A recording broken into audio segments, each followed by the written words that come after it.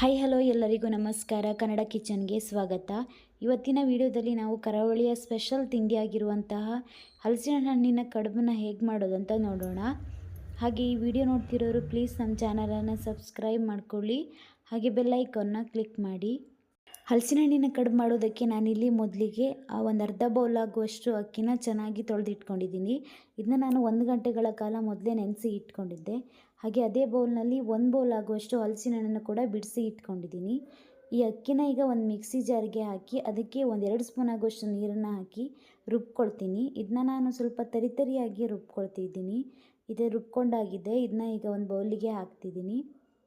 ಹಾಗೆ ನಾನು ಅದೇ ಮಿಕ್ಸಿ ಜಾರಿಗೆ ಹಲಸಿನ ಹಣ್ಣನ್ನು ಹಾಕ್ತಿದ್ದೀನಿ.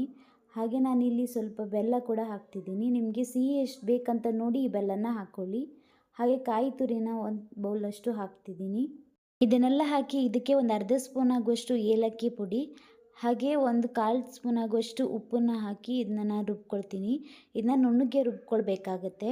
ಇದಕ್ಕೆ ನೀರೇನು ಹಾಕೋ ಹಾಗಿಲ್ಲ. ನೀರು ಹಾಕದೆ ನಾನು ನುಣ್ಣಗೆ ರುಬ್ಬಿ ಇದೇ ಅಕ್ಕಿ ಹಿಟ್ಟಿನ ಬೌಲ್ಗೆ ಸೇರಿಸ್ಕೊಳ್ತಿದ್ದೀನಿ.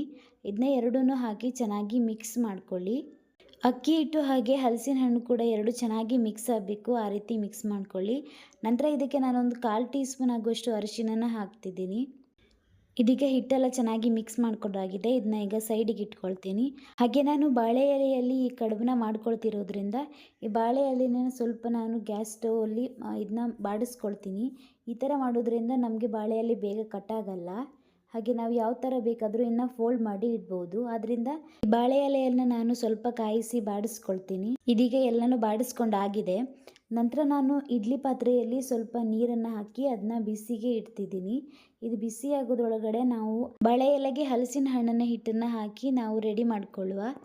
ಹಾಗೆ ಈ ಥರ ಮಾಡ್ಕೊಡ್ತಿದ್ದೀನಿ. ಒಂದು ಬಾಳೆ ಎಲೆಗೆ ಸ್ವಲ್ಪ ಹಿಟ್ಟನ್ನು ಹಾಕಿ ಅದನ್ನ ಸ್ವಲ್ಪ ಸ್ಪ್ರೆಡ್ ಮಾಡಿ ಈ ಥರ ನಾನು ಫೋಲ್ಡ್ ಮಾಡ್ಕೊಳ್ತಿದ್ದೀನಿ. ಎಲ್ಲ ಹಿಟ್ಟನ್ನು ಕೂಡ ಈ ಥರನೇ ಫೋಲ್ಡ್ ಮಾಡಿ ಇಟ್ಕೊಂಡಿದ್ದೀನಿ. ಬಾಳೆ ಎಲೆ ಸಿಗಲಿಲ್ಲ ಅಂತ ಹೇಳಿದರೆ ನೀವು ಇಡ್ಲಿ ತಟ್ಟೆಯಲ್ಲಿ ಕೂಡ ಇದನ್ನ ನೀವು ಮಾಡ್ಕೊಳ್ಬೋದು.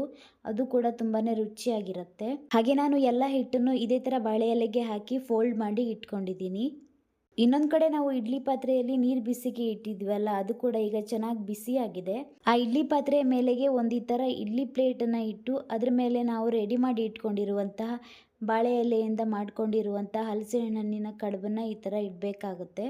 ಇದನ್ನ ಈ ಥರ ಇಟ್ಟು ಇದನ್ನ ಒಂದು ಮುಚ್ಚಳನ ಮುಚ್ಚಿ ಒಂದು ಅರ್ಧ ಗಂಟೆಗಳ ಕಾಲ ಇದನ್ನ ಚೆನ್ನಾಗಿ ಬೇಯಿಸ್ಕೊಳ್ಬೇಕಾಗತ್ತೆ. ಈ ಹಲಸಿನ ಹಣ್ಣಿನ ಕಡುಬು ತುಂಬಾ ರುಚಿಯಾಗಿರುತ್ತೆ. ನಮಗೆ ಯಾವುದೋ ಕಡುಬು ತಿಂದಾಗೆ ಅಂತ ಅನಿಸೋದೇ ಇಲ್ಲ. ಇದು ಯಾವುದೋ ಸ್ವೀಟ್ ತಿಂದಾಗೆ ಅಂತ ಅನಿಸುತ್ತೆ, ಅಷ್ಟು ರುಚಿಯಾಗಿರುತ್ತೆ. ಹಾಗೆ ತುಂಬ ಮೃದುವಾಗಿ ಕೂಡ ಇರುತ್ತೆ. ಇಲ್ಲಿಗೆ ಇದು ಅರ್ಧ ಗಂಟೆಗಳ ಕಾಲ ಚೆನ್ನಾಗಿ ಬೆಂದಿದೆ. ಹಾಗೆ ಹಲಸಿನ ಹಣ್ಣಿನ ಕಡುಬು ಕೂಡ ಈಗ ರೆಡಿಯಾಗಿದೆ. ಹಾಗೆ ನೀವು ಮನೆಯಲ್ಲಿ ಮಾಡಿ ನೋಡಿ ಹೇಗೆ ಬಂದಿದೆ ಅಂತ ಕಮೆಂಟ್ ಮಾಡಿ. ಹಾಗೆ ನಿಮಗೆ ಈ ವಿಡಿಯೋ ಇಷ್ಟ ಆದರೆ ಪ್ಲೀಸ್ ಒಂದು ಲೈಕ್ ಮಾಡಿ, ಶೇರ್ ಮಾಡಿ, ಕಮೆಂಟ್ ಮಾಡಿ. ಹಾಗೆ ನಮ್ಮ ಚಾನಲನ್ನು ಸಬ್ಸ್ಕ್ರೈಬ್ ಮಾಡಿಕೊಂಡು ಸಪೋರ್ಟ್ ಮಾಡಿ. Thank you.